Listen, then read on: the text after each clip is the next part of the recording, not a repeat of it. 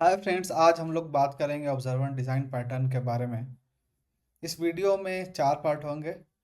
पहले पार्ट में हम लोग डिस्कस करेंगे एक रियल लाइफ सिनेरियो और उसे समझने का ट्राई करेंगे कि ऑब्जर्वर डिज़ाइन पैटर्न क्या प्रॉब्लम सॉल्व करता है।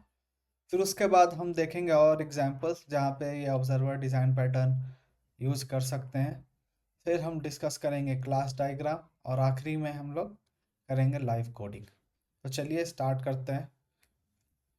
सपोज करो कि आप घर पे हो, आपको भूख लगी है, ठीक है, और आपको चावल बनाना है। चावल बनाने के लिए सबसे पहले क्या चाहिए? पहले तो स्टोव चाहिए।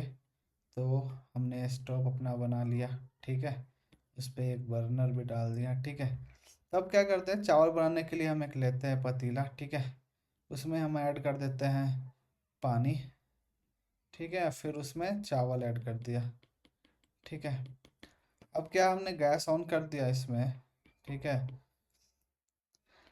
अब क्या है कि चावल पका है कि नहीं, ये हम कैसे पता करेंगे?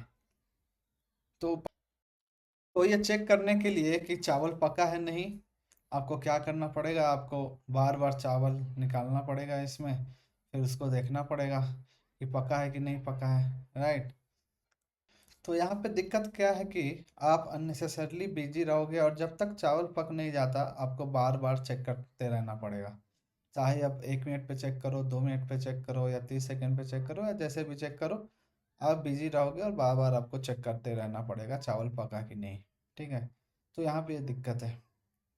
लेट अस सपोज हम इस दिक्कत को सॉल्व करना चाहते हैं, तो उसके लिए क्या करते हैं, let me copy this diagram.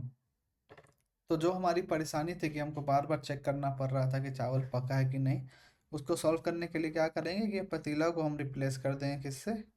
एक प्रेशर कुकर से, ठीक है।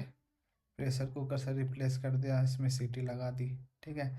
तो अब क्या है कि अब ये यूज़र है, एक बार अगर चावल चढ़ा देगा तो फिर इसको बार बार चेक नहीं करना पड़ेगा, क्योंकि जब चावल पक जाएगा तो ये प्रेशर कुकर सीटी लगाएगा और फिर ये यूज़र को पता चल जाएगा कि सीटी लग गया, इसका मतलब चावल पक गया।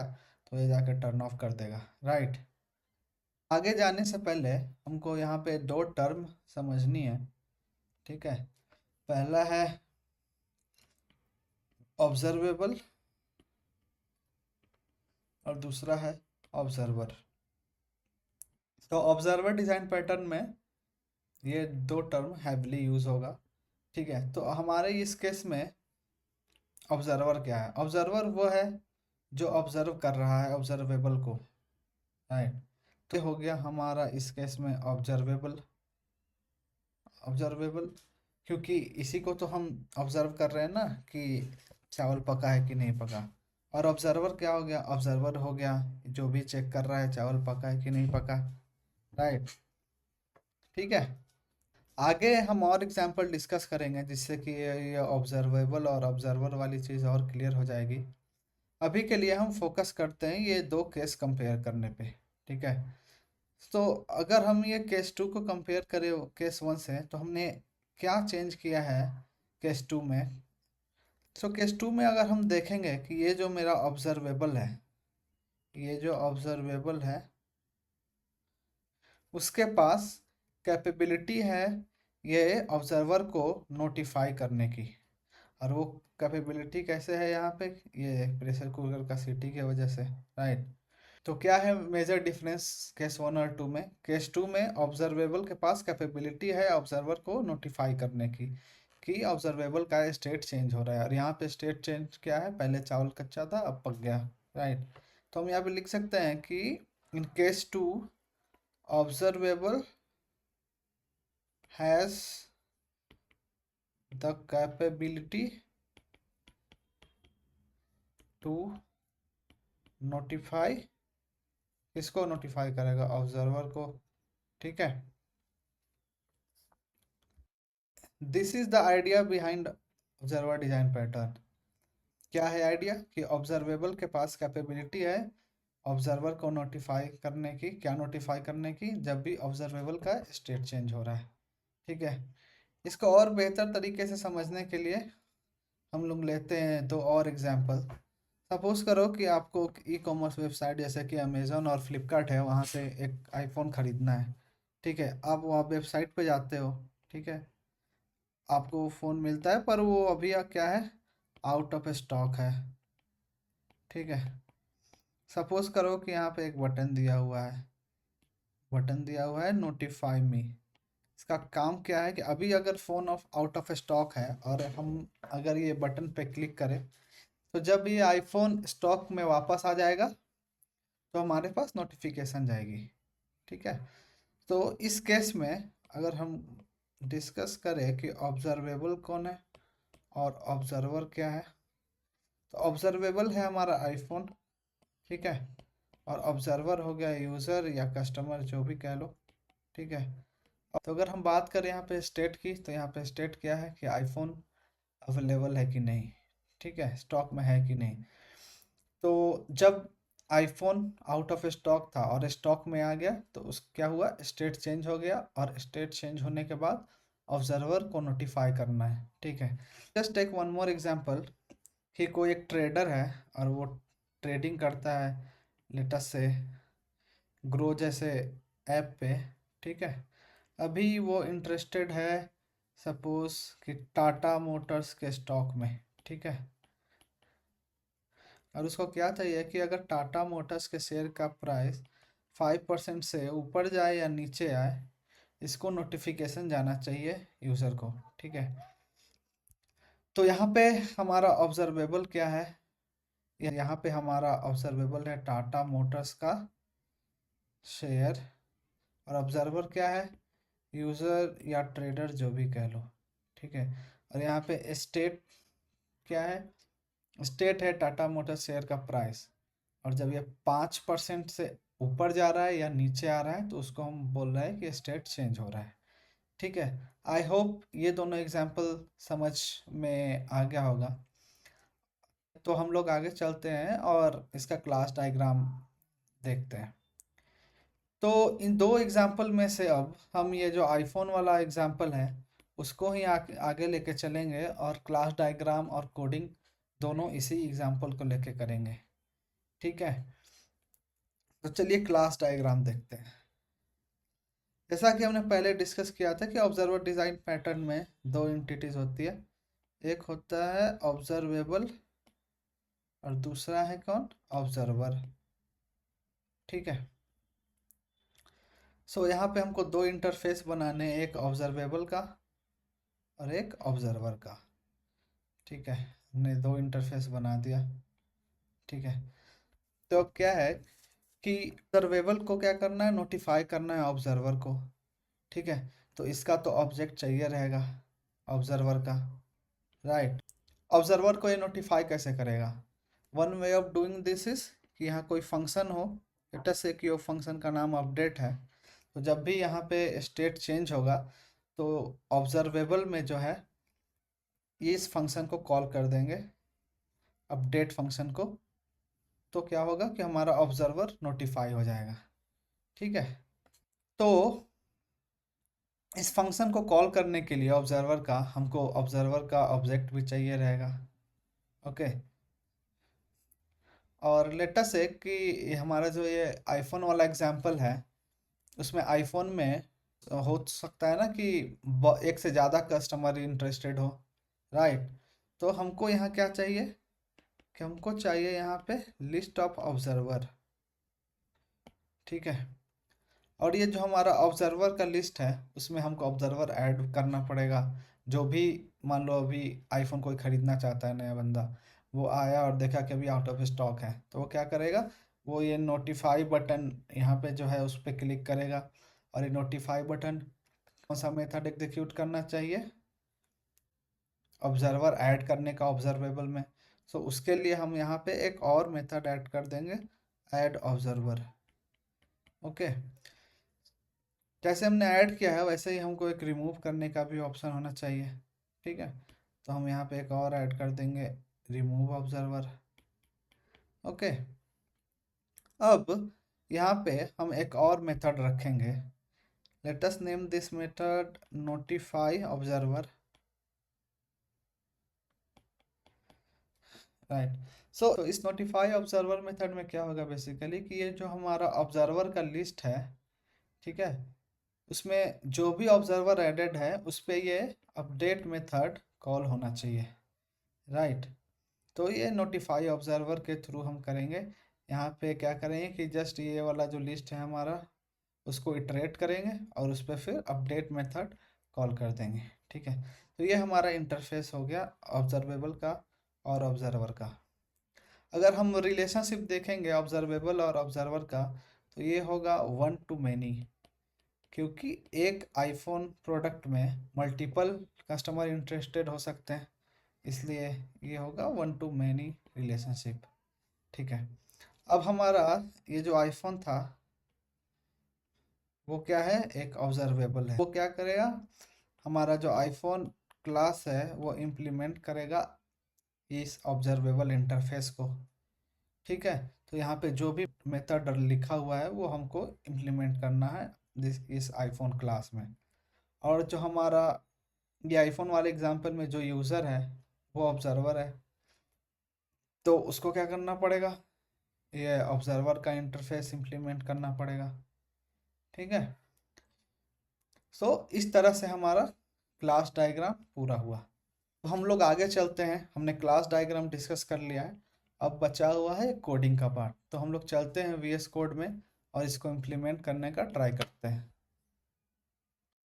यह है हमारा वीएस कोड, इसमें मैंने एक जावा प्रोजेक्ट क्रिएट करी है और इसके अंदर बस एक ऐप क्लास है जिसमें एक मेन फंक्शन है बेसिकली, ठीक है।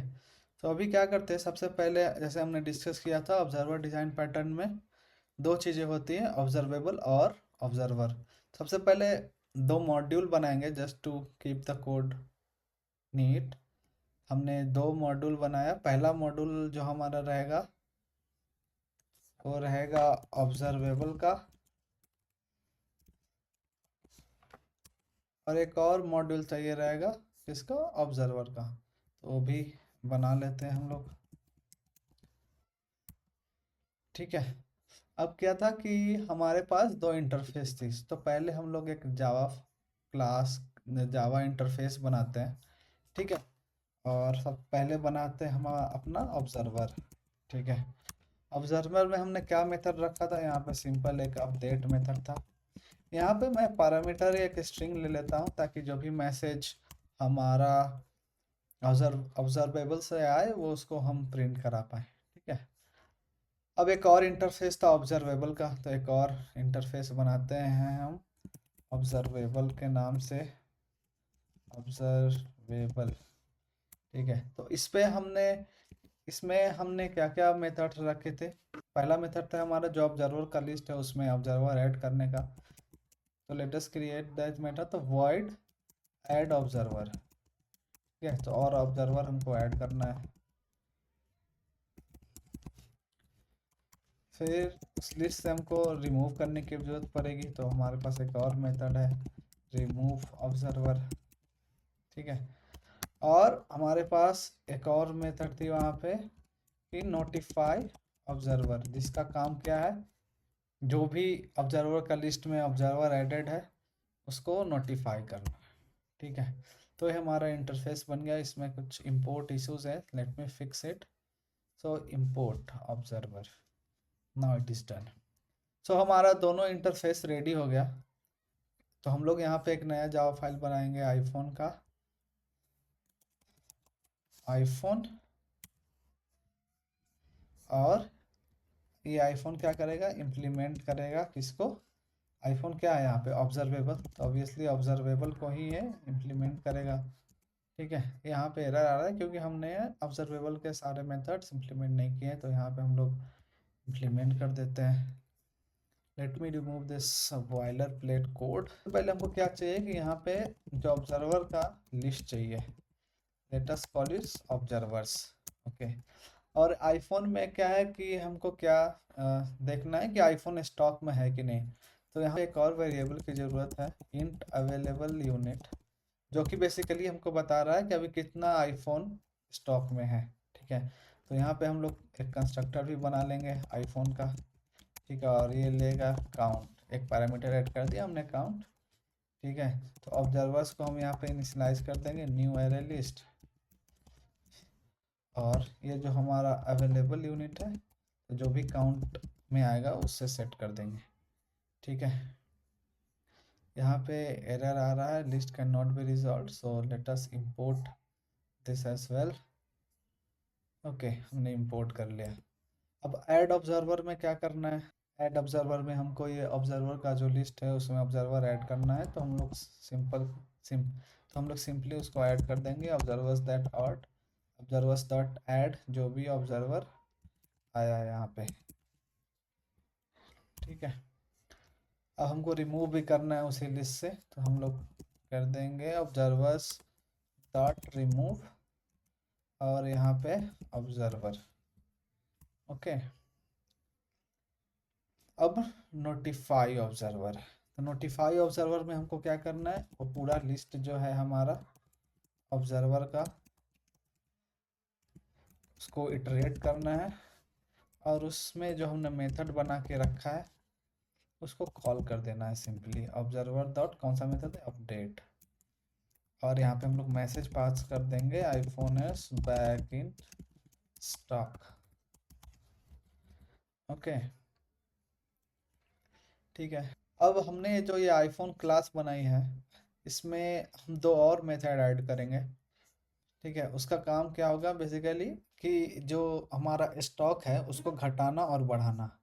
ठीक है, तो यहाँ पे हम लोग एक और मेथड ऐड कर देते हैं, void add units। ओके, ये यूनिट लेता है एज इनपुट, तो इस ऐड यूनिट में क्या करना है कि हमको बस जो भी काउंट आ रहा है उससे बढ़ा देना है। ठीक है, और एक और मेथड ले लेते हैं, डिक्रीज यूनिट्स। ठीक है, इसमें हमको क्या करना है कि स्टॉक वैल्यू घटाना है यूनिट से। ठीक है, one important thing to note here is, हमारा यूज केस क्या था कि अगर आईफोन स्टॉक में नहीं है और वो स्टॉक में आता है तो हमको क्या करना है, सारा ऑब्जर्वर को नोटिफाई करना है। तो जो ये ऐड यूनिट है उसमें हम एक चेक लगाएंगे कि if available unit is equal to 0, इसका मतलब है कि अभी आईफोन आउट ऑफ स्टॉक है। उस केस में हम लोग क्या करना है, कॉल करना है ये नोटिफाई ऑब्जर्वर। ओके, यहाँ पे क्या हुआ कि जब हमारा आईफोन आउट ऑफ स्टॉक से स्टॉक में आ रहा है तो हम लोग नोटिफाई ऑब्जर्वर को कॉल कर दे रहे हैं और फिर ये नोटिफाई ऑब्जर्वर जो भी हमारा ऑब्जर्वर लिस्ट में ऑब्जर्वर एडेड है उस पर ये अपडेट मेथड कॉल कर दे रहा है। चलिए आगे चलते हैं। हमारा एक चीज़ और बचा हुआ है, उसमें एक क्लास हमको चाहिए यूज़र का। ठीक है, यहाँ पे यूज़र क्या है, जो आईफोन ख़रीदना चाहता है, और यहाँ पे यूज़र क्या है, यूज़र है ऑब्जर्वर। तो ये क्या इम्प्लीमेंट करेगा, ऑब्जर्वर का इंटरफेस। ओके, यहाँ पे आए एक इशू बेसिकली ड्यू टू कि हमने अभी ऑब्जर्वर का मेथड इम्प्लीमेंट नहीं किया है, सो लेट अस इम्प्लीमेंट दैट। यहाँ पे हम लोग ज़्यादा कुछ नहीं करेंगे, बस हम लोग यहाँ पे मैसेज प्रिंट कर देंगे कि लेट अस से इस यूज़र में हम दो क्लास वेरिएबल लेते हैं, एक नेम और एक ईमेल।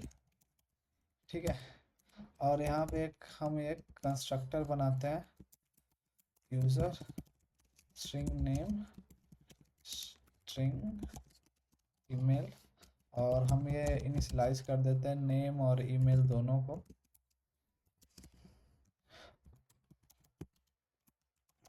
ठीक है, इनिशियलाइज हो गया दोनों। ओके, अब हमको क्या करना है, इस अपडेट में बस मैसेज प्रिंट कर देना है। तो हम लोग मैसेज क्या प्रिंट करेंगे कि नेम, अरे मैसेज यहाँ पे क्या प्रिंट होगा, मान लीजिए मैंने नेम दिया है नरेंद्र, तो यहाँ पे क्या प्रिंट होगा, नरेंद्र। और यहाँ से जो मैसेज पास कर रहे थे क्या था, iPhone is back in stock. तो यहाँ पे अपना नेम प्रिंट करेंगे, फिर यहाँ पे स्पेस के साथ ये प्रिंट हो जाएगा कि iPhone is back in stock. अब आगे चलते हैं और ये ऐप डॉट जावा में, और हम लोग इसको रन करने का ट्राई करते हैं। पहला चीज़ हमको क्या चाहिए, पहला हमको चाहिए कि हमको पहले ऑब्जर्वर चाहिए। हम लोग दो ऑब्जर्वर बनाते हैं, ऑब्जर्वर 1 और न्यू यूज़र नाम पास करना है, लेटेस्ट से कि नाम हमने दे दिया नरेंद्र।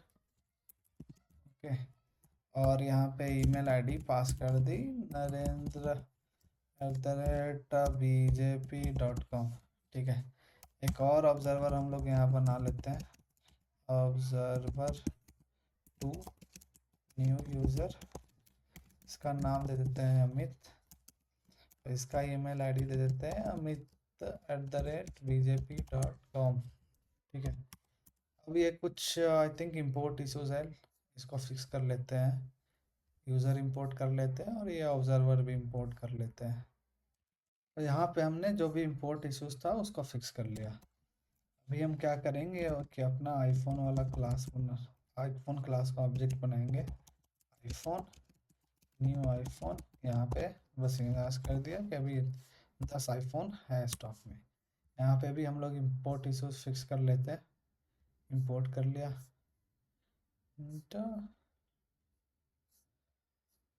आईफोन ओके, तो देयर इज़ एन इशू कि हमने यहाँ पे क्लास का नाम रखा है आईफोन। ओके, सो यहाँ पे भी स्मॉल पी है। ओके, अभी क्या करना है हमको, ये जो आईफोन हमारा जो ऑब्जर्वेबल है उसमें ऐड करना है दोनों ऑब्जर्वर को। राइट, तो मैंने पहला ऑब्जर्वर ऐड कर दिया, इस तरीके से दूसरा भी ऑब्जर्वर ऐड कर दिया। ठीक है, और ऑब्जर्वर ऐड करने से पहले हम लोग क्या करते हैं कि आईफोन का जो स्टॉक है उसको हम लोग ख़त्म कर देते हैं। तो यहाँ पे 10 से सब्ट्रैक्ट कर दिया, तो इससे क्या होगा, और ये हमने जो यहाँ पे एक इशू आ रहा है कि यहाँ पे जो आईफोन में हमने डिक्रीज यूनिट बनाया है वो पब्लिक नहीं है। तो यहाँ पे हम दोनों को, यहाँ पे हम लोग दोनों को पब्लिक कर देते हैं। ठीक है, तो ये हमारा एरर चला गया। अब क्या है कि हमने ऑब्जर्वर को ऐड कर दिया ऑब्जर्वेबल में।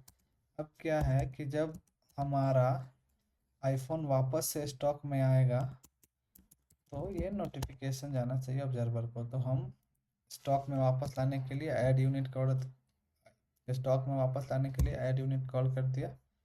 ठीक है, अभी हम इसको रन करा के देखते हैं। तो यहाँ पे मेरा सक्सेसफुली रन हो गया है और दोनों ऑब्जर्वर को मैसेज चला गया है। ओके, सो इस तरह से हमारा ये वीडियो यहीं पे समाप्त होता है। See you in the next video with a new topic.